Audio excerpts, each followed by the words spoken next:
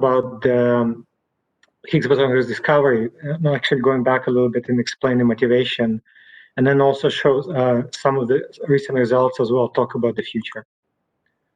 So as I said in this lecture, I will start with a very, very brief overview of a standard model, electroweak symmetry breaking. Then I'll talk about the Higgs boson decays in the standard model, and also status of searches for Higgs boson before LHC. Then I will talk about LHC and data analysis, and then actually talk about discovery and some of the related results, such as scattering and vector bosons at the LHC, and also a little bit in the future. And here we'll focus on Atlas, but generally two experiments are quite similar, although I will highlight maybe one example where there are some differences between the two. Okay, so as we all know, the standard model is a relativistic quantum theory. It includes 12 fermions, leptons, and quarks. And there are three forces which are mediated by spin-1 gauge boson carriers. So this goes back to a kind of invention of relativity and also the quantum mechanics. So in Einstein formula, we know that energy is mc squared. So which sort of energy can transfer into particles, which means particles can be created and also annihilated, which means that we really need to think about the particles as quantum fields or fluctuation of quantum fields. So this theory possesses a symmetry which is spontaneously broken by the what's called Broad-Engler Higgs mechanism. And this is kind of related to the fact that the force carriers, W and Z bosons, have mass. So here on the right side, you can see kind of a pictorial representation of the standard model. And specific to the Higgs field, that it couples to almost every other particle in the standard model, with the exception of neutrinos and gluons and photons. And gluons, photons, of course, massless. So all standard model parameters have been measured by the experiments already, so including a strong coupling constant. So here we need to sort of remember about symptotic freedom of the strong interactions, which is its own topic. There are 4 parameters related to electroweak theory. Then there is a large number of parameters related to fermion masses and the mixings. And then there is still an open question about the neutrino sector, because full properties of neutrinos are not yet fully understood. So if we think about these particles in kind of the high energy units, when speed of light equal to 1. So mass of the lightest up quark is about 2 MeV. And then we go into mass of an electron, of course, it's about half MeV. And then going to the highest, the heaviest particle in the standard model, which is top quark, was 173 GeV. And that's about twice larger than mass of the gauge bosons like W and Z. So before the LHC, the Higgs boson mass was not known. Nevertheless, the standard model described very accurately many different experimental phenomena, although there are also evidence clearly that it's not a complete theory, which I also mentioned later. Sorry, so the electroweak theory includes 2 parts. The quantum electrodynamics, which includes one massless gauge boson photon with 2 degrees of freedom, which is invariant on the local gauge transformation. So when people first tried to do the calculation almost 100 years ago, this calculation produced infinities, what's called divergences. And then there was invention of the idea of renormalizability, which means that these divergences can be absorbed if we take a few measured parameters from the experiment, such as electron mass or charge. In the weak interactions, the situation is a bit more complicated, where 3 massive gauge bosons, W plus, W minus, and Z boson, and each has 2 transverse degrees of freedom, kind of a massless, if you want to wish at them, and 1 longitudinal or maybe massive component as well. And now, because weak interactions are short range, and that's why they're massive, and vice versa. And now the problem with that, the massive gauge boson, they break gauge symmetry. So this breaks the local gauge transformation, and that also means that theory is not renormalizable. You cannot really do a perturbation theory, really. And then solution was provided by Higgs, Broad-Engler, as well as a few others, just about the same time. An idea is that the idea of superconductivity, where the symmetry is broken by the ground state of the theory. But when you try to do compute sort of an equation of motions or interaction of the particles, those equations are still symmetric on the gauge transformation, which means that you can still do calculations.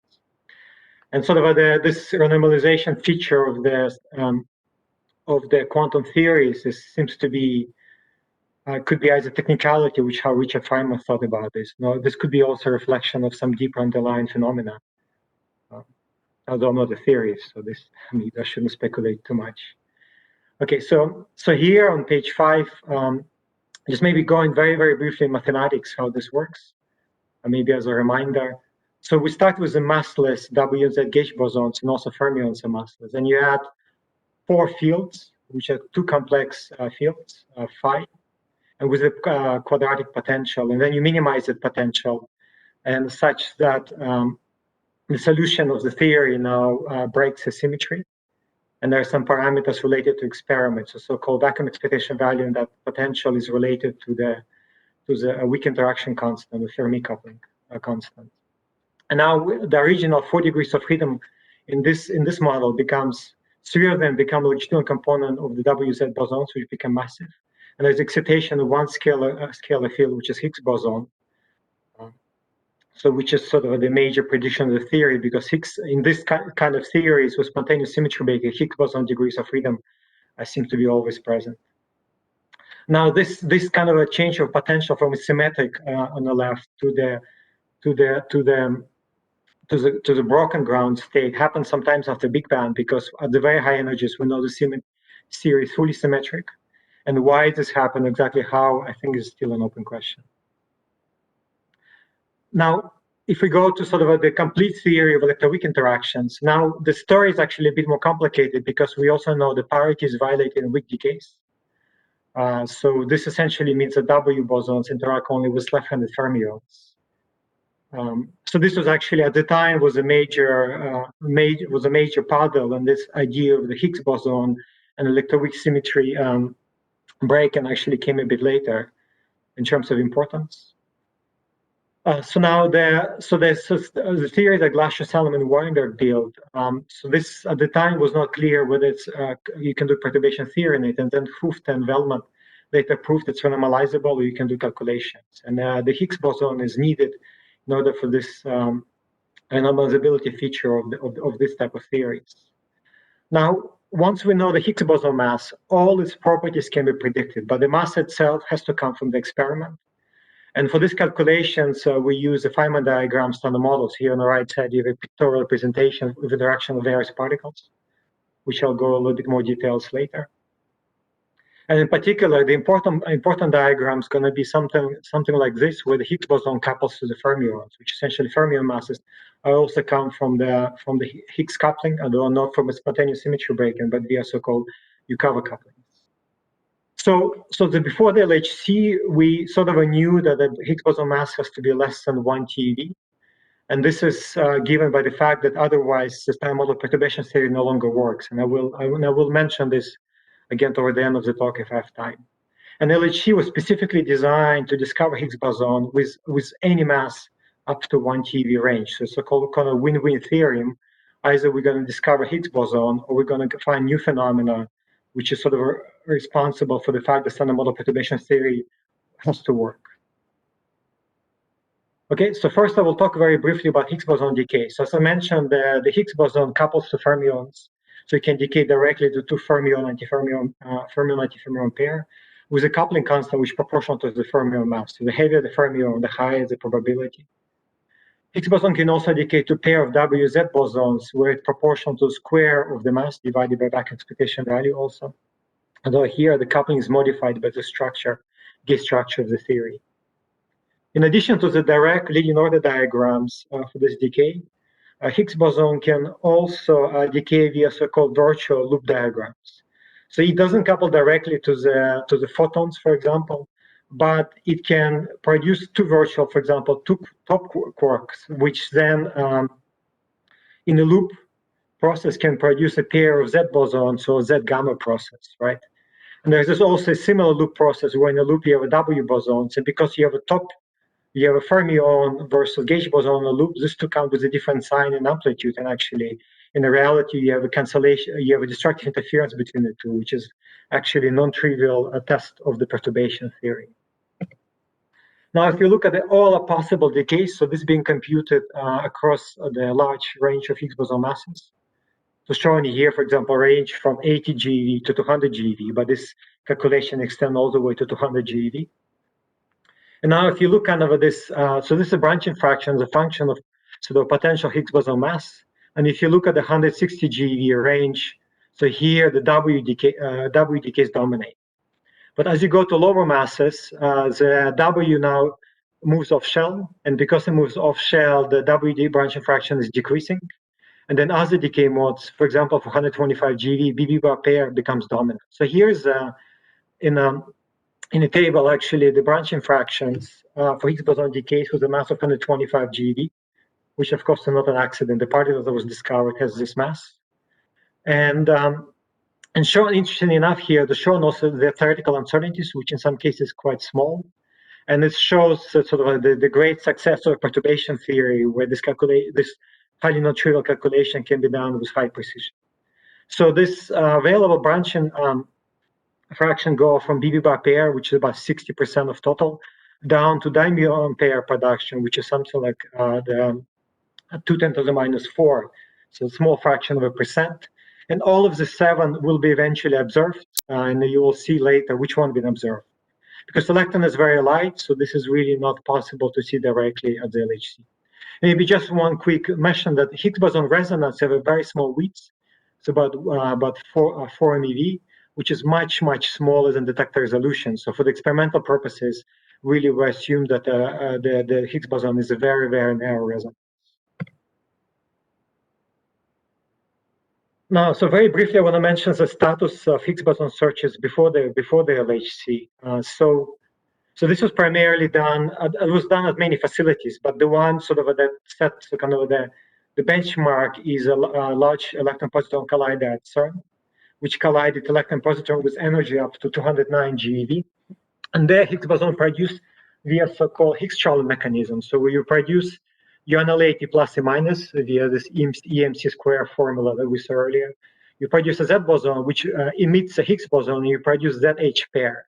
And because you need to produce Z and H pair, which means the mass of the two has to be less than energy of the collisions, which is less than 209 GeV, which means that you can only search for mass of Higgs boson up to about 114 GeV.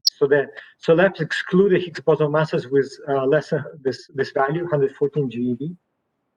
But they also made many other measurements. And if you perform a global fit, so there's a chi-square of a global fit. This global fit suggests that the Higgs boson mass has to be less than 160 GeV. Otherwise, there are problems in the perturbation theory, and sort of like the model becomes less consistent. So this is actually another highly non-trivial prediction of the global electroweak data, which could lab, but as well some other experiments. Now, now we're going to very briefly mention LHC and also discuss kind of like the basics of, or what sort of specifics of the data analysis at the LHC. So briefly, the LHC is located at CERN, so it's a European Organization for Nuclear Research. And we started in 1954 after the World War II with an idea that kind of unite the countries in Europe, but also worldwide after the kind of this terrible war to maybe bring them together. And it was located in Switzerland. One reason because Switzerland was a neutral country during World War II, but it's also at the time was also a cheap country in Geneva. It's no longer the case. But it was built outside the city, so there was a land is available both in France and Switzerland. And actually, it's interesting that it's still uniting countries in the world, because if you look at this map, CERN probably the only place where United States and Russia could be put in the same category and also put with the same color, as you can see.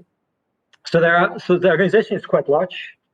It has 2,500 staff, but the important part of CERN are the users from come all over the world, and you have a distribution of all the people around the world who participate, including almost 1,100 participants from Russia, which now actually exceeded USA. I think the US used to have larger number of users who participate in all CERN's program, which span a very wide range from LHC to neutrinos, rare decays, nuclear physics. So it's a very big program, which I mean, all these people don't all work on LHC by all means.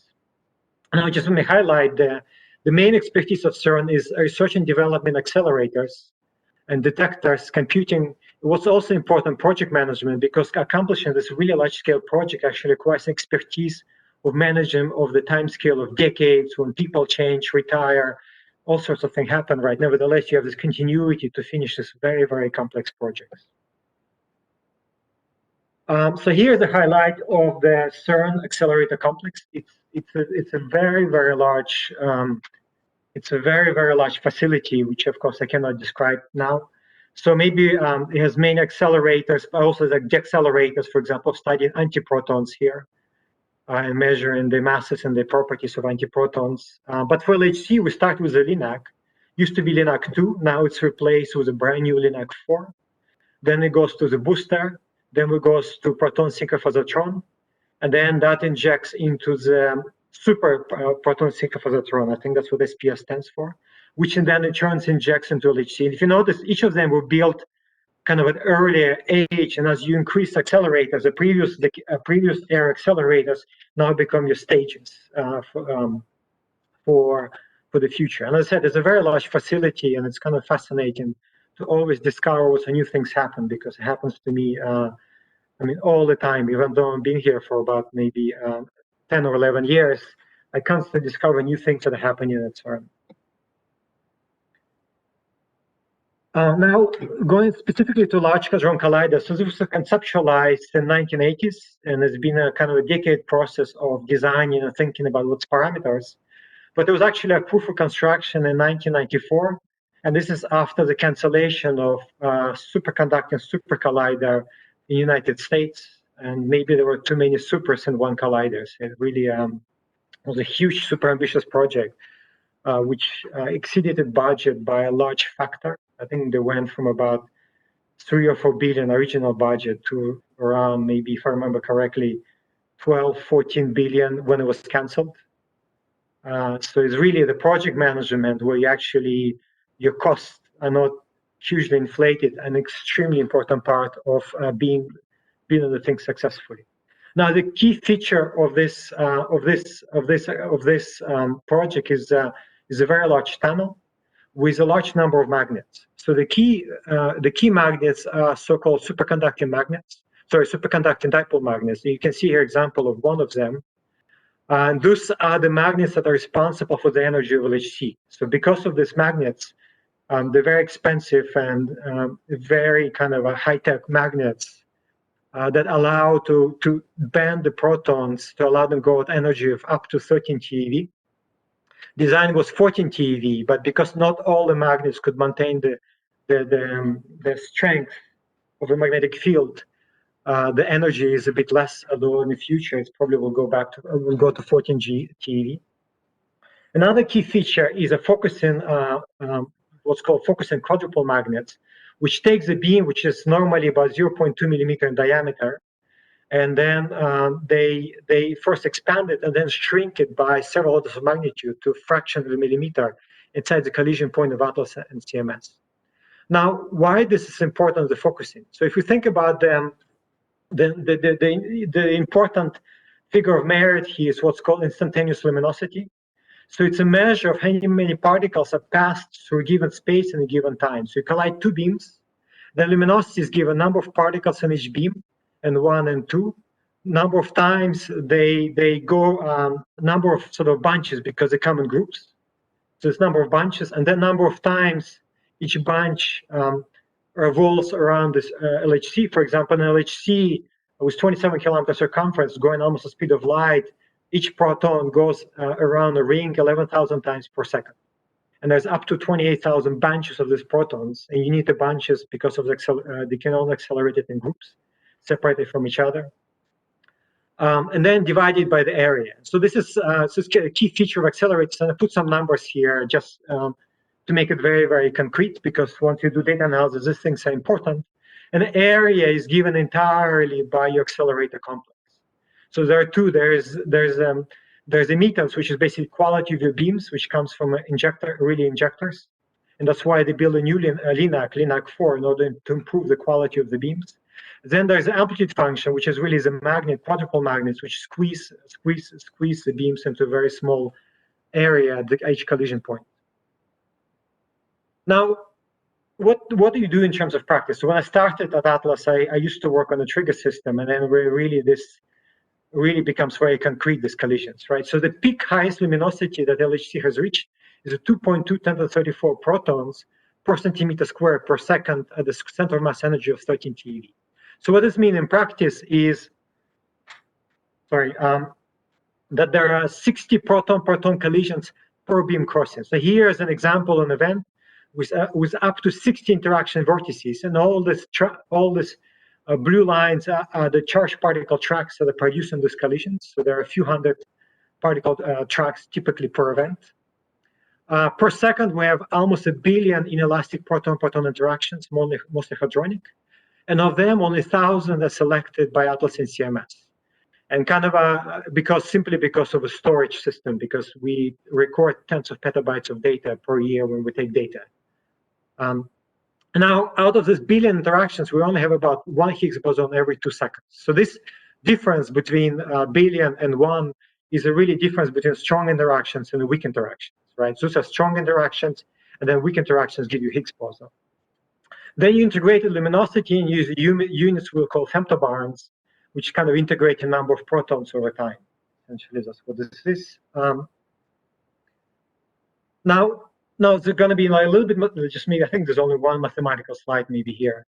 So now, when we do an analysis, what's important is that first is a cross-section for 2 particles to interact, produce some particle, for example, X, and then for it decay. So the total cross-section is production cross-section times the branch fractions. And here, they completely factorize if the resonance is very, very narrow. Basically, its width is much less than its mass, which is the case for Higgs boson, because width is 4 MeV, we know the mass has to be greater than 100 GeV. And then the production cross-section and branch fraction predicted by the theory. And then when we do data analysis in LHC, what you do is that you need to compute expected number of events or predicted number of events. You take integrated luminosity, multiply by production cross-section branching fractions, by detector acceptance, so how well you design covers the regions, basically how hermetic the area is, because there are always going to be holes in the detector because you need to bring services, cooling, electricity, and so on. And then you have an efficiency. It's basically how well you understand your detector, or how well the detector registers your particles. There's some systematic uncertainties, which typically, in typical analysis, there are a couple hundred sources of systematic uncertainty, for example. And then what you do, you just do a fit, where you have a Poisson probability of observed a number of data events. You have predicted signal events multiplied by 3 parameter, which we call signal strength mu, plus predicted backgrounds, and then you feed for the signal strength mu. Typically, signal strength equal to 1 means you observe a standard model. If it's significantly different from 1, then you have some new measurements or new physics, right? So this is the basic of it, although statistically, this is actually, in practice, quite a complicated procedure.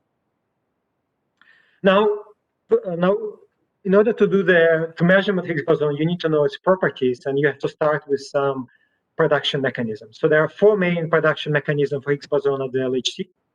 So here's an example of a leading order diagram. So typical one that dominates is the gluon-gluon fusion. So you have 2 gluons interact again via loop of the top quark, because top quark is the heaviest, so it dominates the loop. And then you can produce a Higgs boson. So again, it's a loop diagram. But because there are so many gluons at LHC, which I'll talk about next, this is actually the leading process. With about 88% of all events are produced via this channel. Then there's a few percent what's called vector boson fusion, which is an important channel. 2 quarks pass each other, and then they emit virtual WZ bosons, which then interact and produce a Higgs boson together with 2 additional quarks. And there's some other processes which are rare, more rare, I'm not going to cover in details, but which are important nevertheless. And just to kind of highlight, so these are leading order diagrams. This process here has been computed next to leading order in QCD, quantum hydrodynamics, which is 3 orders of perturbation theory, which means that you can have 3 loops. You can add a loop here on input. You have a loops here inside the loop. So you have, this is a super complicated calculation, and it kind of it's a bit mind-boggling that the precision that it's now is achieved by the theoretical community in order to be able to analyze properly the data at the LHC. And just to say that the same way that there were billions invested into the LHC, there were millions, not billions, who invested in the theoretical community in terms of postdoc position, professor position, so on, in order to make this calculation possible, because this is a really highly specialized, difficult calculation. Now, going next, sort of like this was the perturbation theory. The actual situation at LHC is much more complex because we're really colliding not individual quarks, but protons. So mass of proton is about 1 GeV, which is much smaller than the collision mass, center mass energy of LHC, which is maximum is 13 TeV. And if we look inside the proton, this energy is actually made of a whole bunch of stuff. There's a lot of quarks, a lot of gluons, and so on, right? So at this energy scale, so basically you're probing the proton at the scale of 10 to the minus 4 of its size. And at this very small scale, it's basically filled with gluons. So you collide quark and gluons with unknown momentum, actually, and gluons tend to dominate. So the joke was that I heard when I came here is that it should be really called a large gluon collider because mostly we collide in just gluons. Now, in order to model these collisions very accurately, what happens that you start with, so here's what happens when we talk about the modeling of LHC collisions, right? Here using so-called Schaeffer Monte Carlo event generator, you have two incoming protons which interact hard via gluons here. And then here you have a perturbation theory. Then you produce some final state particles, and then they evolve, which is called hadronization of bare quark gluons, because you need to color singlets because of the perturbative I mentioned earlier. The strong coupling constant grows at the larger distances, which means that as you try to pull quark gluons apart, the interactions increase. And that means that you can only observe the singlets, which is color singlets or color neutral particles in your final state, so the hadronization process. And then remainder of the protons also interacts, which is called underlying event. Now, it is an entire mess of things. Only perturbation theory is only related to this kind of hard scattering here. Everything else is non-perturbative theory, which derived from other experiments, from kind of a semi-phenomenological models and so on. And it's, again, hugely complicated model, sort of the theory effort, for example, to describe what's called partner distribution functions, which are the probability to find quarks and gluons outside the proton, right? So this is measurements, for example, the HAIR Accelerator and DAISY, but other facilities as well. Now, so here, what we're really talking about when we talk about the model of LHC collisions. Now, putting it all together, one of the main goals of LHC was to search for the Higgs boson, and it's not going to be news to you to say that it has been discovered successfully. So here is a picture from a seminar of Francois Englert and Peter Higgs. And then there's all the dignitaries of CERN. So here's the current director of CERN. Here's one of the famous theories, and there's many experimental colleagues who work on this project for decades. I mean, literally, when I joined, this project was already 30 years old. And this was published in the European Journal Physics Letters B, and a joint publication by Atlas and CMS Experiments. Now, the CMS Experiments is a huge endeavor. So here's a fraction of the people who work on CMS was kind of in front of the photograph of a real life replica of the CMS detector in the surface. So the CMS detector is 100 meters underground here. And it's about 4,000 physicists, engineers, computer science technicians, students from 200 institutes. Now, for Atlas, it's similar. Atlas collaboration is, I think, currently includes 180 institutions from about 38 countries. So here you see distribution, all countries who participate directly in Atlas experiment, including, of course, importantly, Russia, which made many important contributions to construction of Atlas experiments. And actually, interestingly enough, I heard from people that when Atlas started construction in '94, in Russia and post-Soviet Union space, we had a lot of economic difficulties, which also meant things were cheap. And actually, it allowed, from my understanding, saved both Atlas and CMS quite significant money by bringing this highly skilled physicists, engineers, and technicians from Russia to participate at CERN, which happens to this day. There are many skilled people from Dubna and from other institutions who work at CERN. Even now, I think there was a team that came from Dubna about a month ago to do the important repairs for one of the detectors. Now, if we look in terms of the nationality of people, where they come from, there's about 5,000 members, about 3,000 scientists, about 5,000 members total, which come from 103 countries. So they cover basically almost the entire globe. And it's a quite a diverse community from, and then sort of the virtual meetings, of course, is a normal even before the current situation. Now, this community built, so here's an example of Atlas detector, which built like a matryoshka. We start inside the most precise detectors, which are called silicon detectors, pixel or the, I don't really see it, but pixel or strip detector inside. Then surrounded by electromagnetic calorimeter, which liquid argon and copper technology in this region of the detector. Then you have a hadronic calorimeter, and then actually surrounding it all around, which is sort of mostly what you see around Atlas here, the muon system, which is made out of air core superconducting toroidal magnets, which is super fancy technology. People were not sure, actually, some people were not sure it would work. And that's why you build two detectors for redundancy and also competition, because in case one has problems, and it happens, both detectors had problems, but they perform marvelously because all these problems have been resolved. And this detector was specifically optimized for discovery of the Higgs boson with mass up to 1 TeV. Above 1 TeV, we have theoretical issues, not just experimental ones. It's a very huge experiment. So here's a scale of people. It's about 25 meters in diameter and about 45 meters long. So if you stand in front of it, it's actually a bit overwhelming because you don't really see this experiment so well. So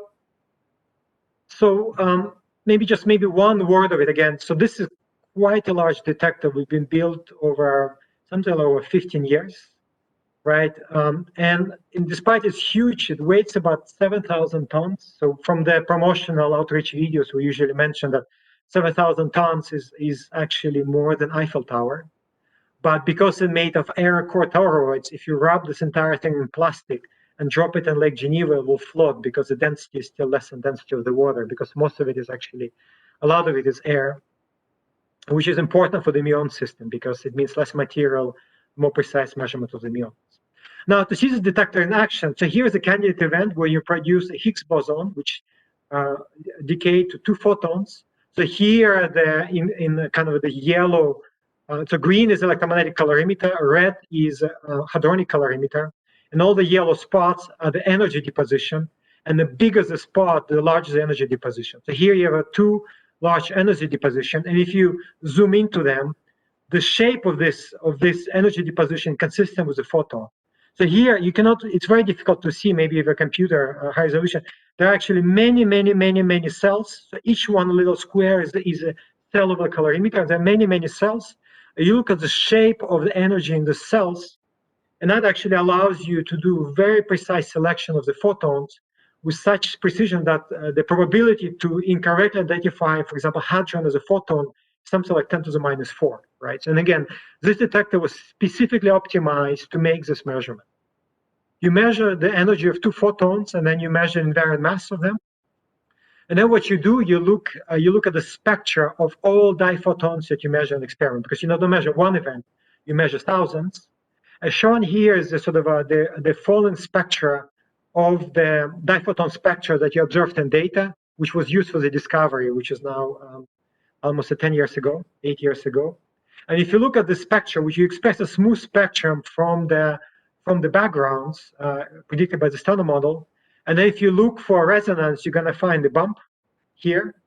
And again, this bump is actually what you do. You scan this entire range by doing a fit for the 2 parameters. You fit for the strength of this bump, it's basically how high is this, and then for the mass of it, which means where it is located along the x-axis, and it's a free fit. So you fit for 2 parameters basically. And then just maybe mention one thing: the width of this bump is completely given by detector resolution, because the actual resonance is much smaller, 3 orders of magnitude smaller than the actual detector resolution.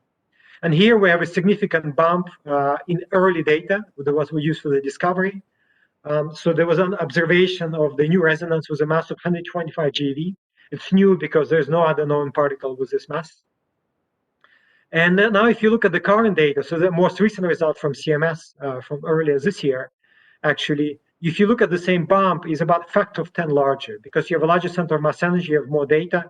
Now you have a super precise measurement or where here you still have a large statistical uncertainties, here uncertainties are quite small, right? So this is a very good confirmation of the signal. And again, two experiments are consistent with each other. Both experiments independently observe the same particle. So in addition, looking for the two photons, you can also look decay to Higgs boson to two Z bosons. Each Z boson can decay to muons or electrons. Typically, we ignore taus because taus are very hard because they include neutrinos. And now, if you look at here, an event display from Atlas. So here's again, these are coils of the magnet, and then you see also here the sort of many particles, charged particles produced inside the detector. So all these orange tracks are charged particle tracks. But shown in red are muons, and we know the muons because not shown here, but this area is surrounded by the calorimeters, which are very thick, about 11 interaction lengths for the hadronic calorimeters of Atlas, which means that all the particles like muons are stopped. And then you look for the signals in the muon chambers. So here's an example of muon chambers in blue and green. And then this way you detect the muons. Basically, anything that escapes the central part of the detector basically has to be muon. Then you construct the mass, and then you can look again, similarly for the photons, you look at the invariant mass on the final state and you scan for the resonances. Okay, around 90 GeV here, you're gonna find well-known resonance from the Z decay. Although Z normally doesn't decay to four fermions. But because there is so-called radiative decay, one of them normally decays to two muons, for example. One of the muons can emit a virtual photon which decays to another two muons. So you can have four muons, although it's a very rare process. So here's the known resonance. And then at the same masses for the photons, you're going to observe an excess of events. So here excess is very small actually, but still statistically significant if we compare to the continuous background, which now here is much smaller because it's a much more rare final state. Again, you perform the same procedure, you feed for the mass of this resonance as well for the strength.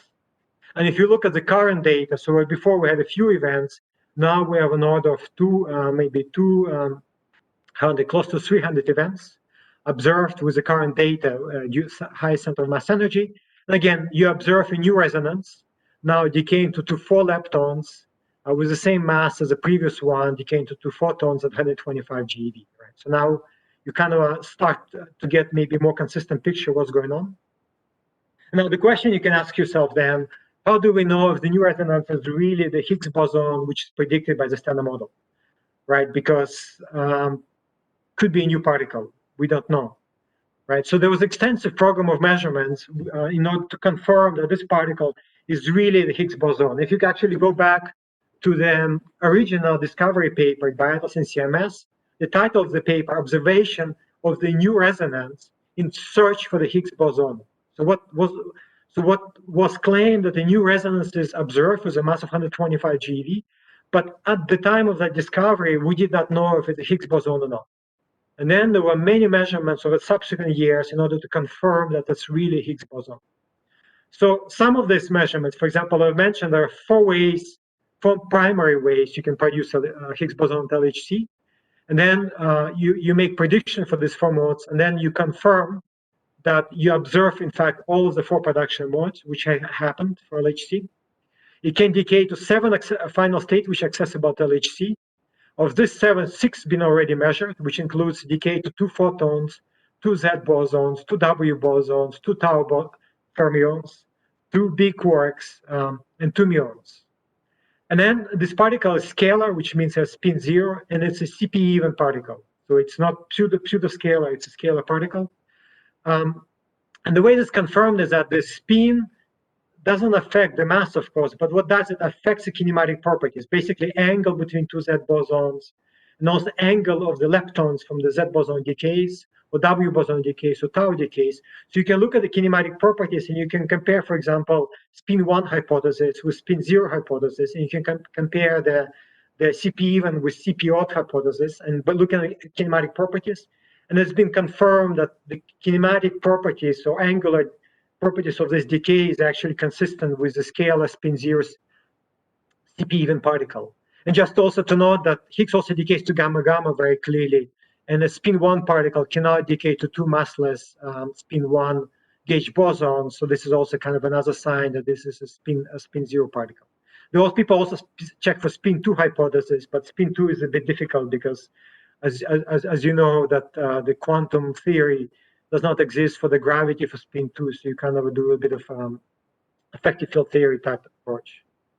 Now, so here's kind of in one shot all the measurements, or most of the measurements related to the Higgs boson. So what happened here is that we measure, maybe again the tricky part about LHC measurements, you cannot measure simultaneously decay, production cross-section and decay branching fraction, because what we see is a product of the two. You multiply production cross-section by the branching fraction, you can increase one by 10, you can decrease another one by 10, and you're going to get the exact same prediction.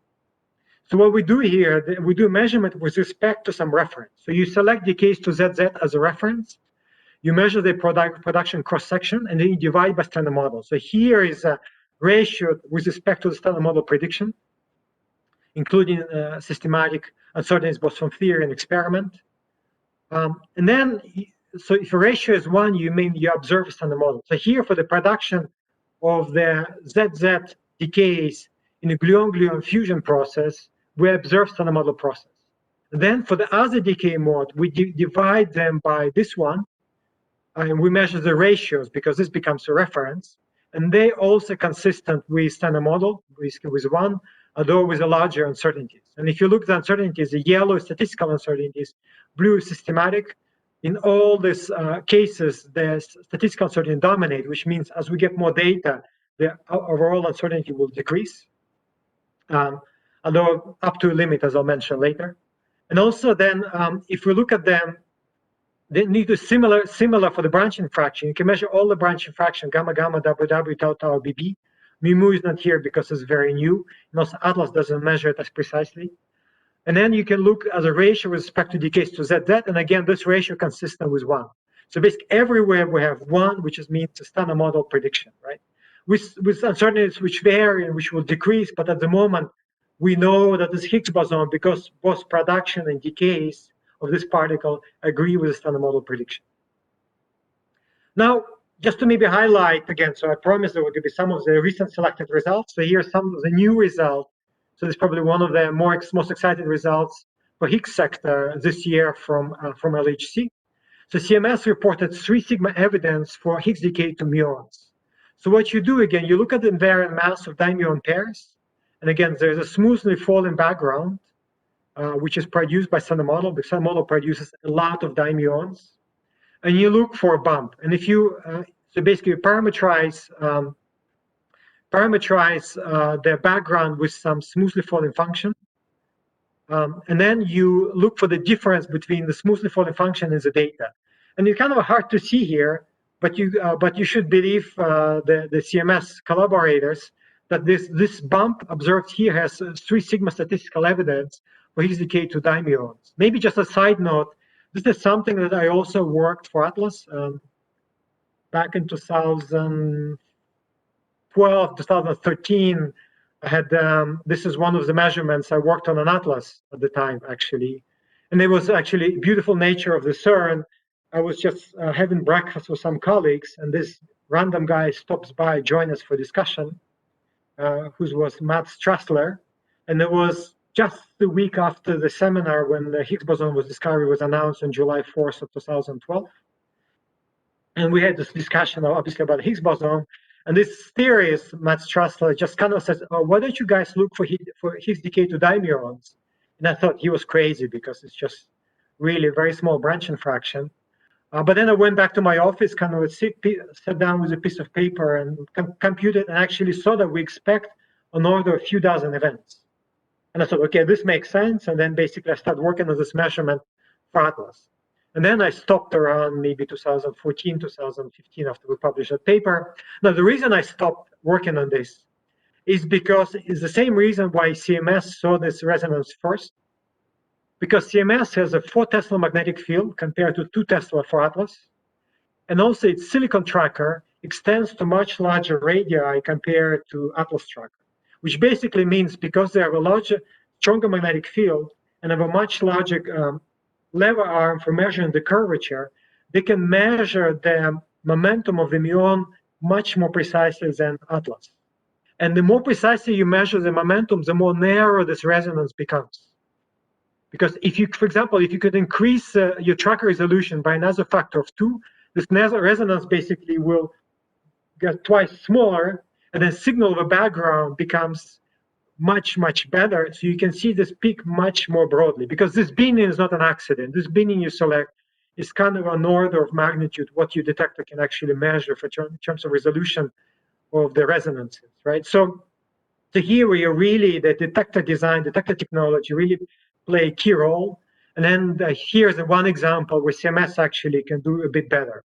The experiment like LHCb can do much, much better, except day tracker has a very small coverage. They just don't have enough Higgs boson decays to muons in order to be able to see this, because just not enough particles. Now, why this is important? In a standard model, Higgs fermion coupling is proportional to the mass, and for the gauge boson coupling is proportional, square root of the coupling proportional to the mass as well. Now, if you plot this prediction, which is a linear function, as a function of measured couplings, right, for CMS, basically across 3 orders of magnitude for the 6 measurements of the couplings to muons, tau, B quark, W, Z, and top quark, all of them agree with this linear prediction. So this is kind of another very clear demonstration. The particle we're seeing is really the Higgs boson, because it really knows the difference between the generations. Why there's difference, why there's 3 generations of fermions, why the tau lepton, muon lepton have the masses they have. I mean, it's an open question, right? So Higgs boson knows why these things are different. We don't, right? So this is, again, looking into the future now, one of the conceptual things that we still need to try to understand. Now, very briefly, I'm going to talk about 2 more aspects and try to finish maybe within about 10 minutes, and then open for the questions. So first, I want to talk about what's called vector boson scattering at the LHC. So what's really the mean by vector boson scattering? So now what could happen that there are many different processes at LHC, but one, you have 2 quarks which pass by, each of them emit virtual WZ boson, which can interact, for example, via so-called trilinear coupling here on the left, or quartic coupling here in the middle. The quartic means you have a vertex with a 4W boson in this case. Now, if you standard model, if you try to compute only these 2 diagrams, what you're going to get divergences, right? You're going to have, especially from longitudinally polarized gauge bosons, very high energy, the cross-section for these 2 processes on the left becomes infinite. Now, and this is what really 't Hooft and Veltman proved. If you add the Higgs boson diagrams, which are shown here, then the sum of all 3 becomes finite, and this divergence is canceled. And actually, standard model, this cancellation is exact, right? So this is a highly non-trivial prediction of a standard model. And I want to talk about that sort of the Higgs boson has to have a mass less than 1 TeV.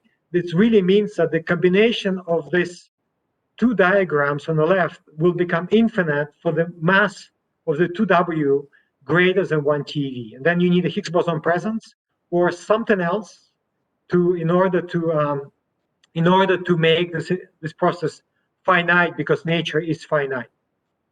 Now, experimentally, how you observe this, if you notice these 2 incoming quarks exchange W bosons, and then 2 of them continue in opposite direction. And in going in opposite direction, they produce 2 jets of particle, which basically have very large mass, very large separation, and that's how you find this process. Now, here's pictorially what happens. So here's the cross-section as a function of energy. So shown here, if you just add the quartic coupling diagram on the previous page, then if you add together quartic and sort of trilinear coupling, which is going to be this process, so they're going to cancel partially, but they still diverge as energy square. And if you add a Higgs boson, then it becomes falling with energy as actually 1 with energy square, right? And this is, again, was a non-trivial prediction before the LHC, in this case made in 1997, to say that Higgs boson plays an important role in perturbation theory, and it's really that these 3 things are finite. That's what really 't Hooft and Veltman proved. Now, if we look experimentally at a similar process, not quite the WW, mass, but the best equivalent we can have was the digest mass of these two cores going opposite direction.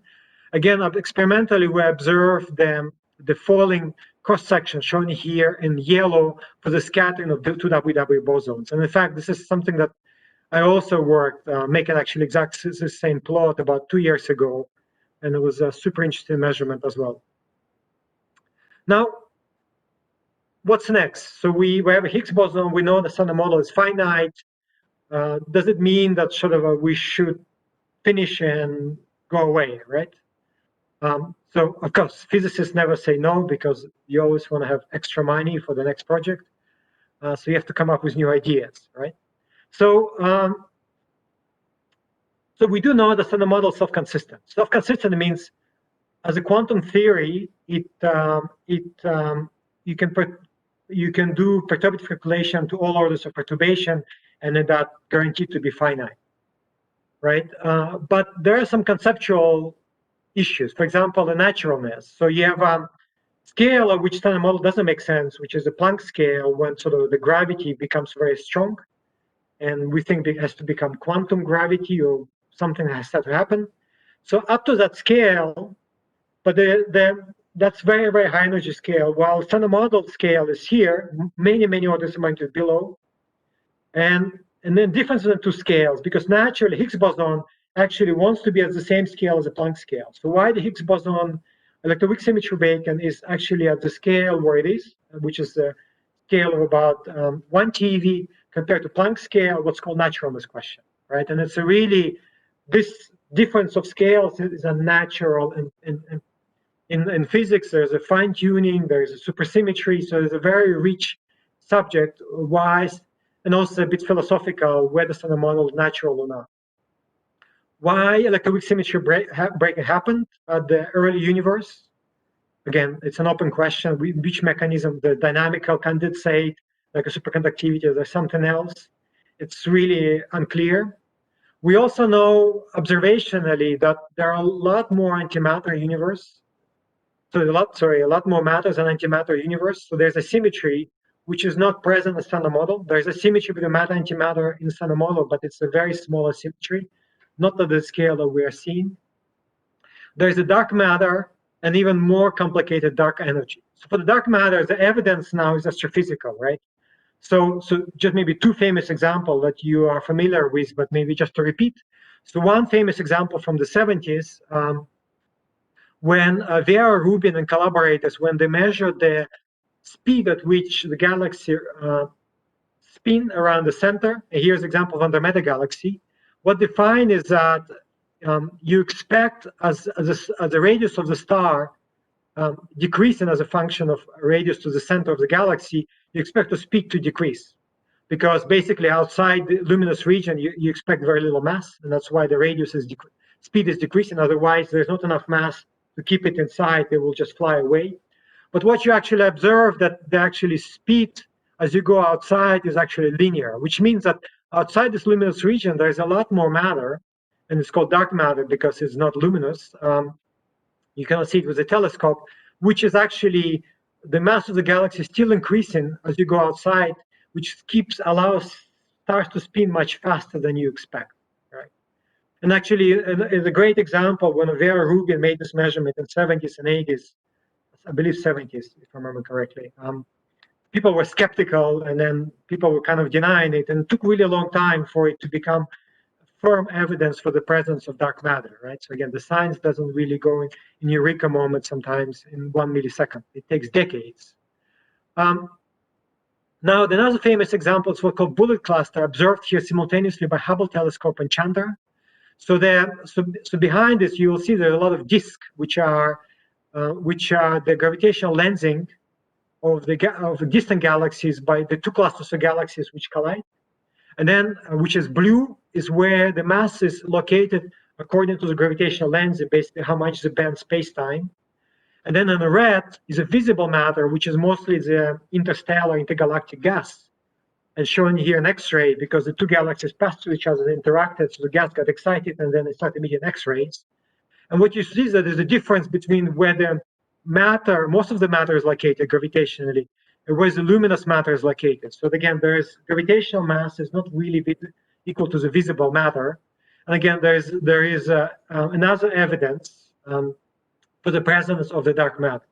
And of course, the dark energy talks about the large-scale structure of the universe and distribution of the galaxies, clusters, and expansion of the universe. Sort of fundamental questions, but all seem to be related to the large-scale structure of the universe. Now, so what do we do next, right? So the theory now does not really give us a clear guidance, clear indication what is that more complete theory should look like. So there are many valid models. There are many of them well motivated. Of course, what well motivated means depends really on the person you ask sometimes. And there are many of this model, all of them consistent with existing data. Now, it seems that going back again to the discovery standard model and discovery quantum mechanics, that we really need new measurements in order to select what is the correct model, because we don't even know what the new theory should look like, right? So there is a huge number of experiments, or maybe not enough, depending who you ask, which investigate this phenomenon. So I think, personally, some of the most exciting things now happen in astrophysics, both in space as well as the ground observations.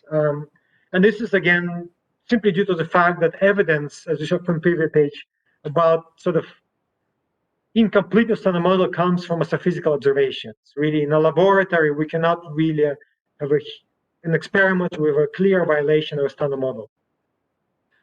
So there are also direct searches for dark matter with underground experiments in the mines, in China, in Canada, in Italy, as well as many other countries. So there are also many studies looking, for example, properties of rare chain decays, because I discussed this virtual loops. In this virtual loops, you can have new particles appear, which will change properties with very rare decays. And the rare decays, they're rare because it only goes through the loop. And there's additional particle in the loop, then you can modify the properties of the rare decays. Similarly for the B-hadron decays as well as the chain decays. And also, let's not forget about quantum chromodynamics. Quantum chromodynamics is really still not a solved problem, right? Because you have there's a quark gluon plasma, you have non-perturbative theory for the low energy quantum chromodynamics below the scale of the strong coupling constant of about 1 GeV. The theory is non-perturbable, so non-perturbative, so we cannot really make precise predictions apart from the sort of lattice calculations. So this is really an area which is involving still. There are many questions opened regarding the QCD. Now, in addition to all these measurements, we can also look at LHC, obviously, since we built it. We spent many billions, or let's say European and other taxpayers spend billions to build an LHC and detectors. So you can do several things. You can look at deviation between precision measurements and standard model predictions. You can look for exotic decays of non-unstable particles. For example, Higgs boson can maybe decay for dark matter. You can look for it. You can look for new particles which will decay to standard model particles, and I'll show examples later. Or you can look for unusual particles, because you can look for very long-lived particles, because standard model particles, you know the lifetime really well. If you have a particle which is a lifetime not consistent with standard model, then it has to be a new particle. And all of these things really means hundreds of papers and thousands of people doing many measurements. So here's just two examples.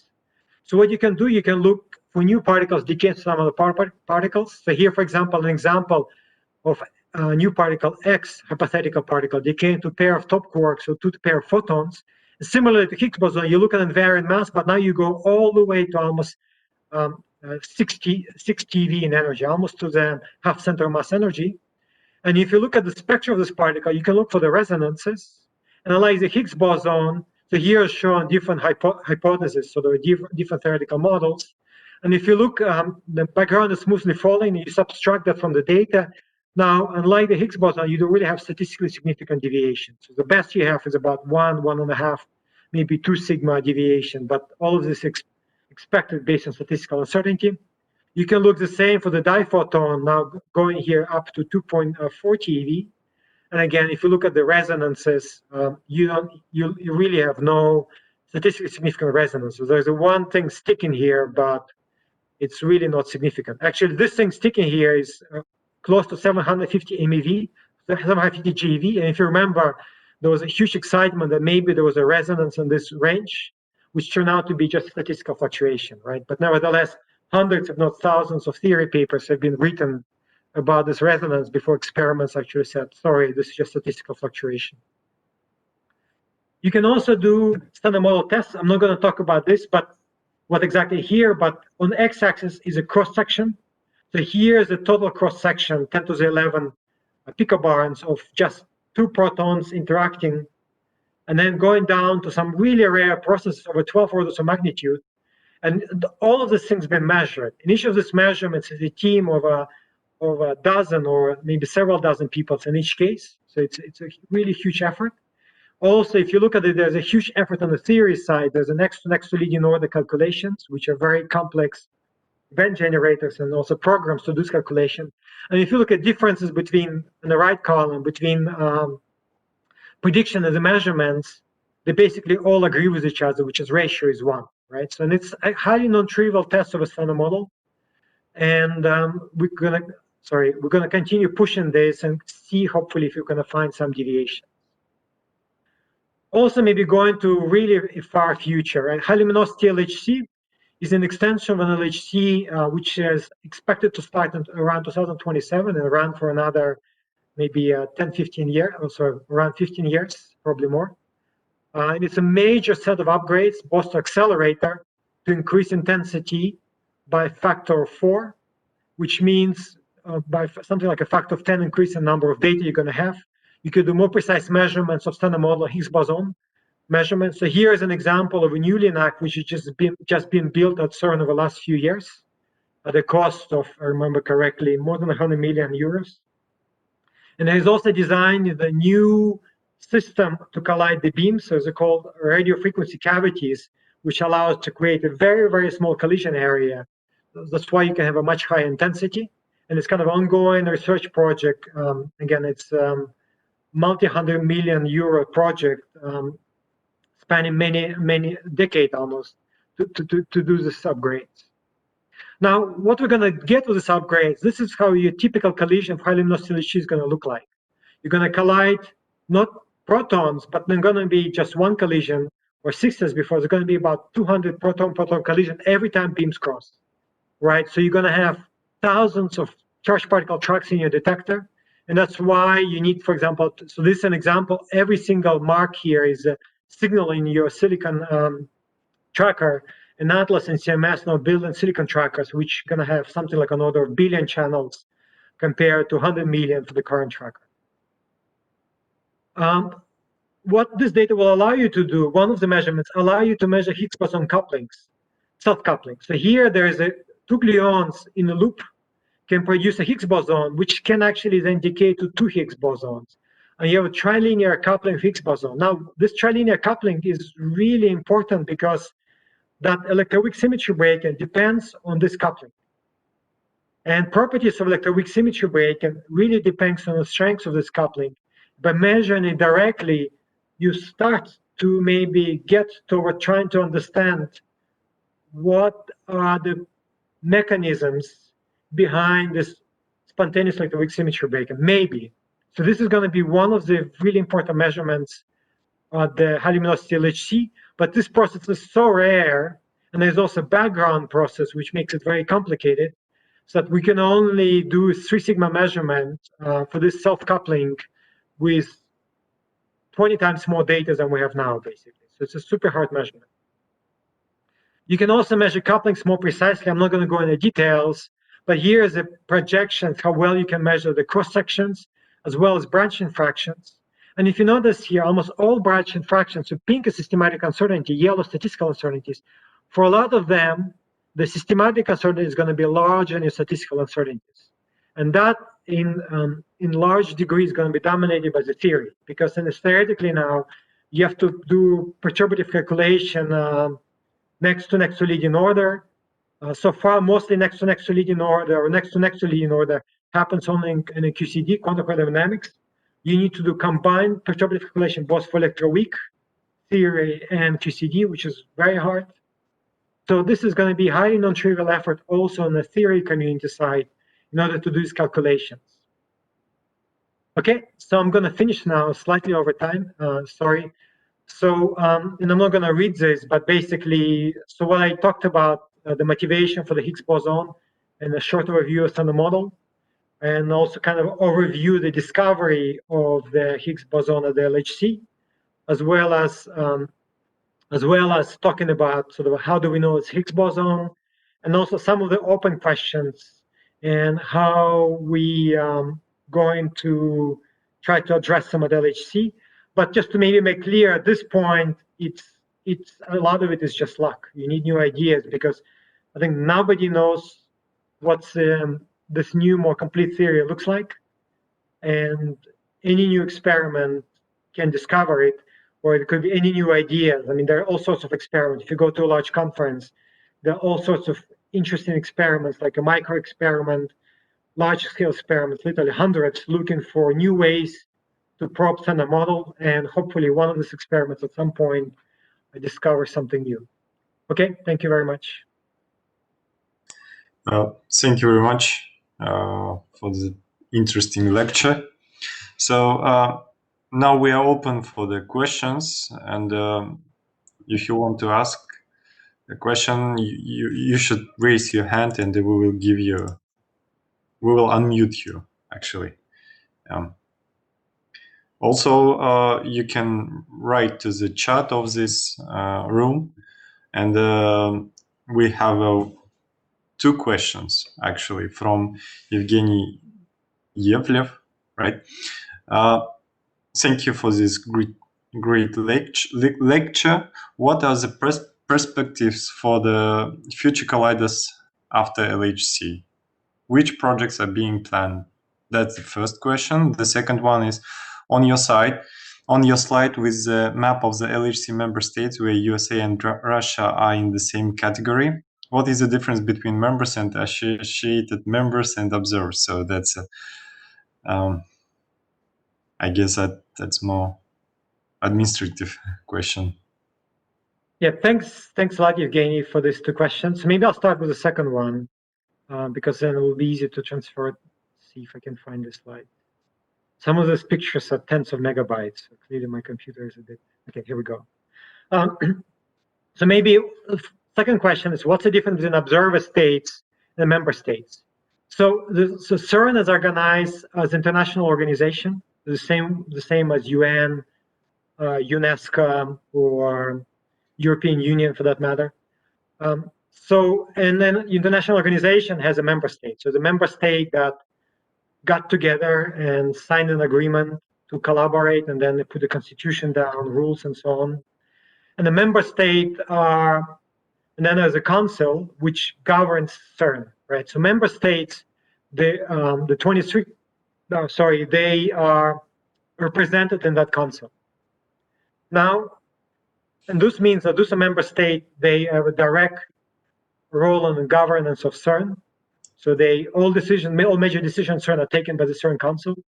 And also this member state which contribute to the CERN budget. CERN budget is something like a 1.1 billion Swiss franc. And then it's different states, the same way that you contribute to UN, you contribute to CERN. And of this 1.1 billion, if I remember correctly, Germany contributes something out of 240 to 150 million euros, a quarter of the budget. And it's proportional to the GDP, gross domestic product of the country. Now, associate members, they have a special rights. They don't really participate directly, but they on the path to become members, and they have some special privileges. And then there's associate members who want to become members, right? So here's Cyprus and Slovenia on the way to become members. So it's an approval process by the states, but also by CERN, although CERN always welcomes new states. Now, observers are the countries with a special status. If you notice, there's 3 large countries, US, Russia, and Japan. So the countries with a large GDP and also large population. So they don't join CERN directly, for example, because if US joins, it will have to make a very large contributions. And also those are 3 countries that have a very large domestic energy physics program. So they don't see the need. They also spend substantial amount of the budgets actually domestically on their own programs. So but they by constitution they have an observer status. They can participate, but they don't vote, for example, in decisions. And then there are other countries which have a bilateral agreement with CERN. They just basically what it means they have a right to participate in the projects at CERN, but they don't vote, they don't contribute budget, but they can come and join any of the project. For example, Kazakhstan now has this bilateral agreement. Since I'm from Kazakhstan, the bilateral agreement, and actually, a number of people from Kazakhstan has grown from 5 years ago to 12 now. So then they can come and work on a project at CERN, although this, to the best of my knowledge, hasn't happened yet. Now, so maybe that's kind of a long answer to this question. Now, for the future colliders, this again related to this question of a geopolitical map. So US has tried to build superconductor super collider in Texas and failed, mostly due to project management issues, really, in my understanding. Now, for the future, they no longer plan to build a new collider. For the future, of course, CERN plans to build a collider, which is expected to be a machine which is going to have a diameter, a circumference more than 100 kilometers. And it hasn't been decided yet whether this project will host inside the proton-proton machine or electron-positron machine. Because for the proton machine, energy is much higher, but precision is less because you collide these blue balls of quarks, really. And then for electron-positron, precision is high, but energy is much, much less because the electrons, as they go around in a circle, they radiate something called the synchrotron radiation, right? And it's very difficult to accelerate them. So it's very expensive. So then your energy is much less. So there's both projects being put together forward at CERN, and this is being debated now. And the decision is not going to be made until 2028, 2027. So what European community has approved so far is to allocated the money to study both these possibilities. There are other as well, but mostly these two, electron-positron or proton-proton machine with a 100-kilometer ring at CERN. And both of them studied, and then the studies will lead to a decision probably at the end of the next decade. So remember that originally it took them more than, let's say, 14, 15 years to really, from first idea to approval of LHC. Something similar will happen here. Now, there is also a project in Japan. So there is a Japan, they propose to build a linear collider.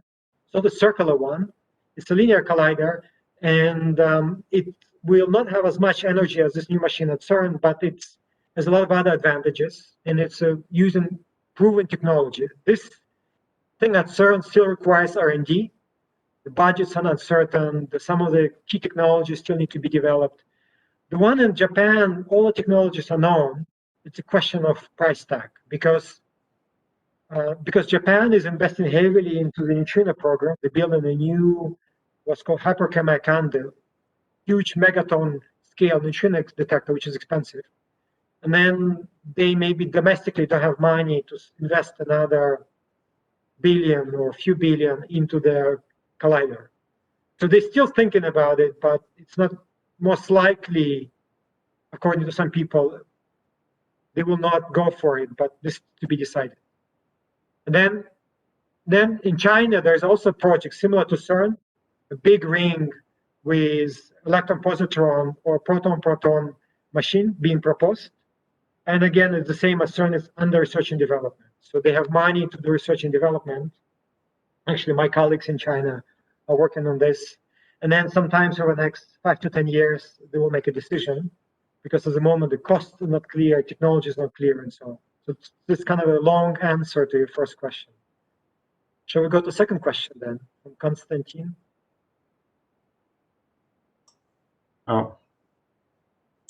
Andrei? Then there's a Konstantin. Okay, maybe let's go to Andrei. So go ahead, sorry. Andrei, and then when we will... Well, so can you hear me? Is it working? Yes. Yes, well, so thank you very much for your question, for your clear explanation of these different topics. So I have a few questions, but let me start for more general one.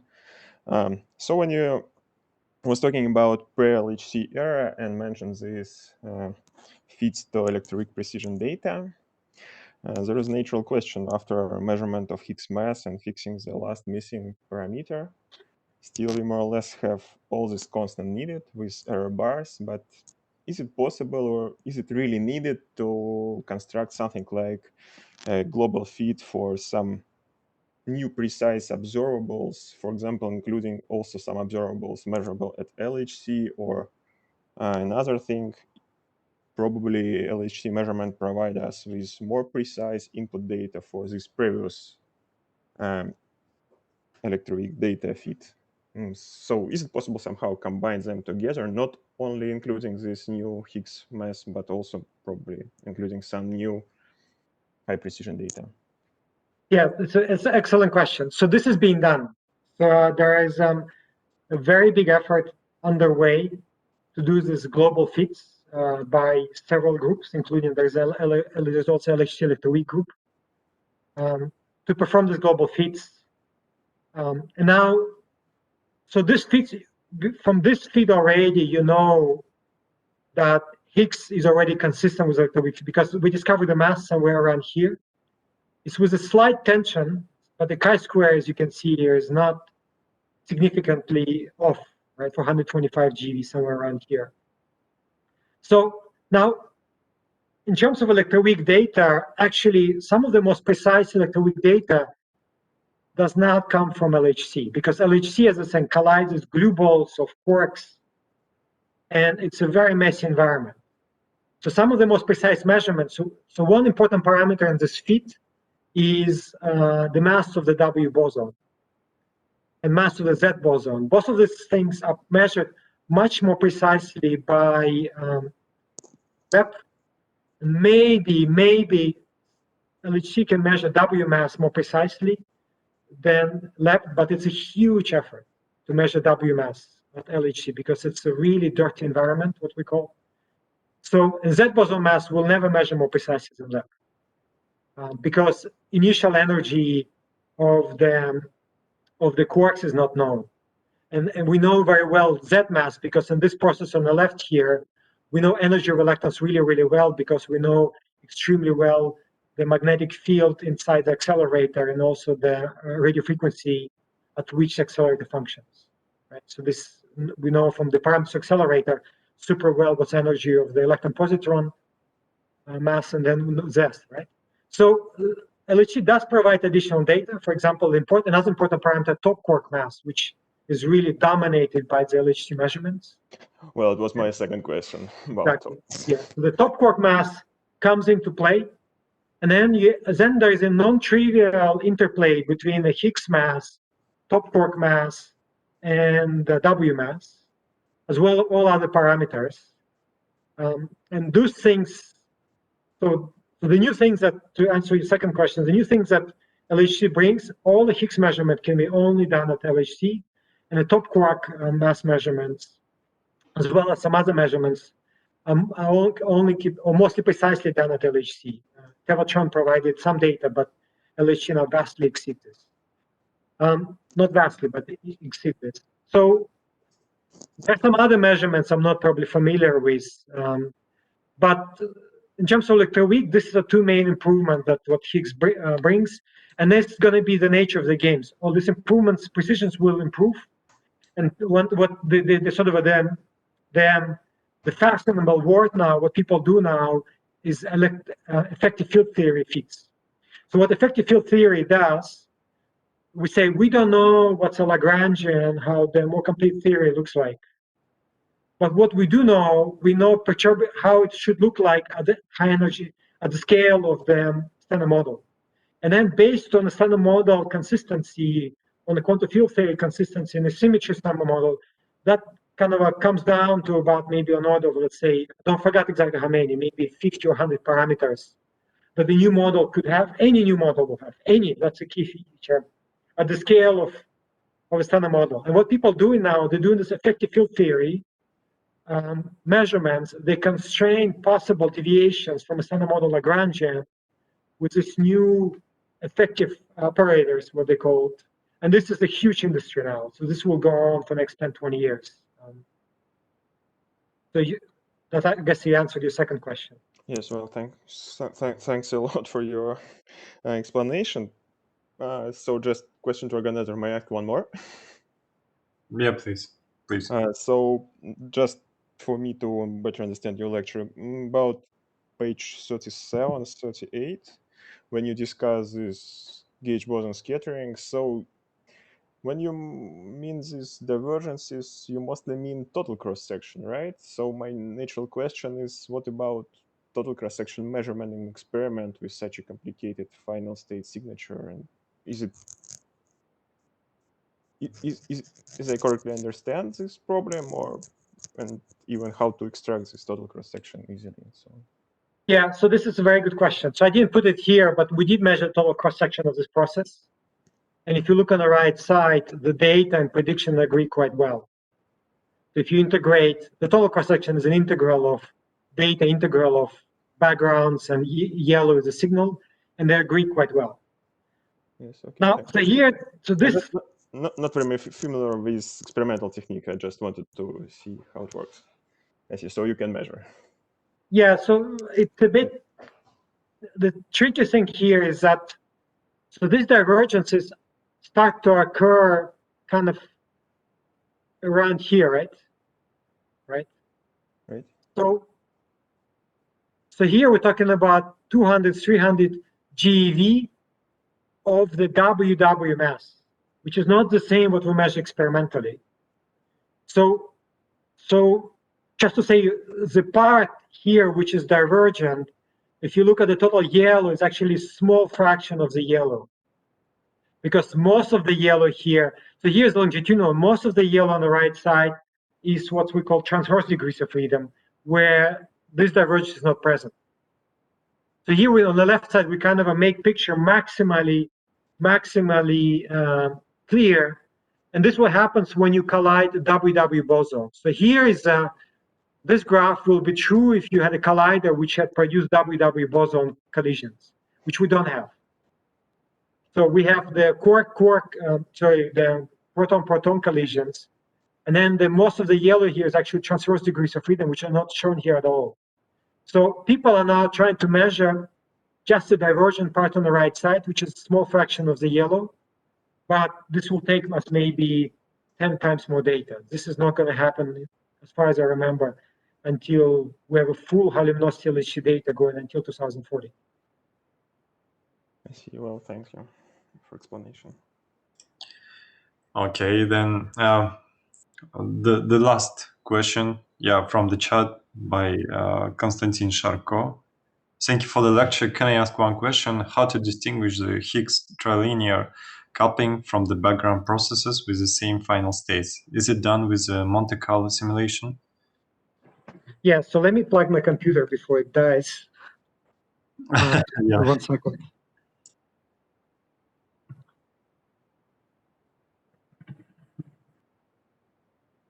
Get to the charger.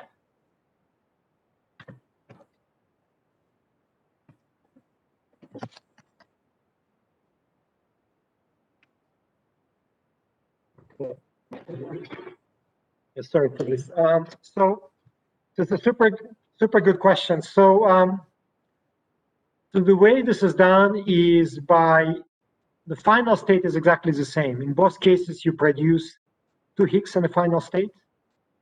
And if you just look at them, and typically the way you look at the resonance, you look at the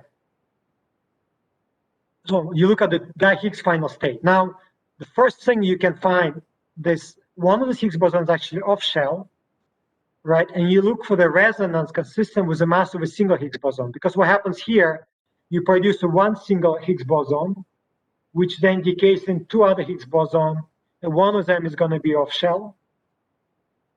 And actually, because Higgs boson width is so small, that's why the cross section is so small for this process. And then, so one way you can distinguish these two, if you look at, and then let's say these Higgs bosons will decay to leptons. And then you look at the invariant mass of all the leptons, which came from 2 Higgs boson. They combined invariant mass has to be consistent with 125 GeV resonance here on the left side. On the right side, there's no resonance. You have a loop process, right? So if you look at the invariant mass on the right side of the 2 Higgs bosons, then that invariant mass will be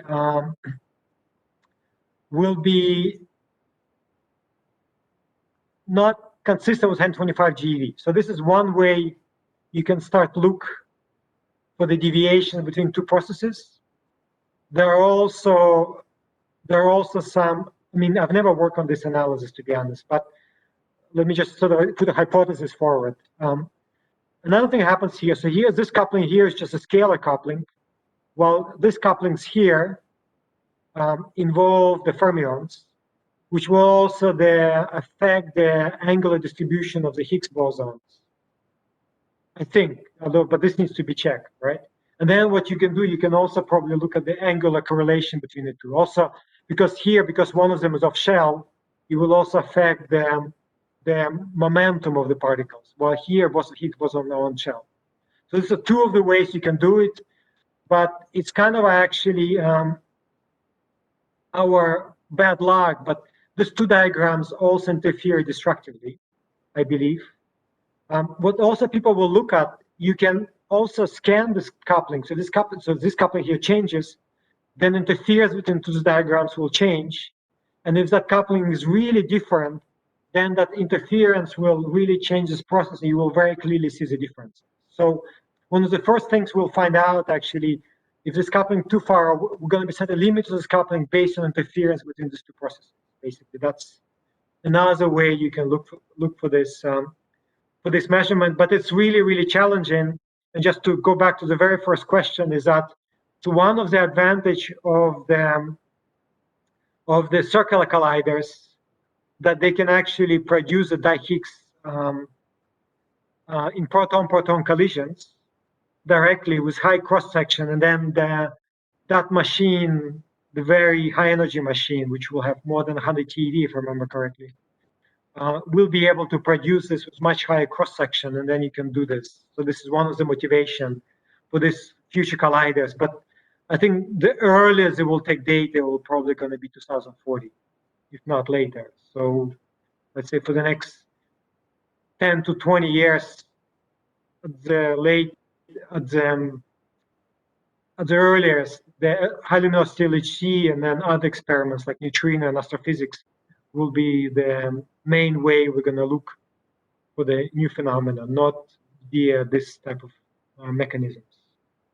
Okay, thanks for these questions. Okay. Thank you very much for your answers, and let's thank speaker again. I hope you enjoy that lecture. So we will meet together at 2 p.m. on a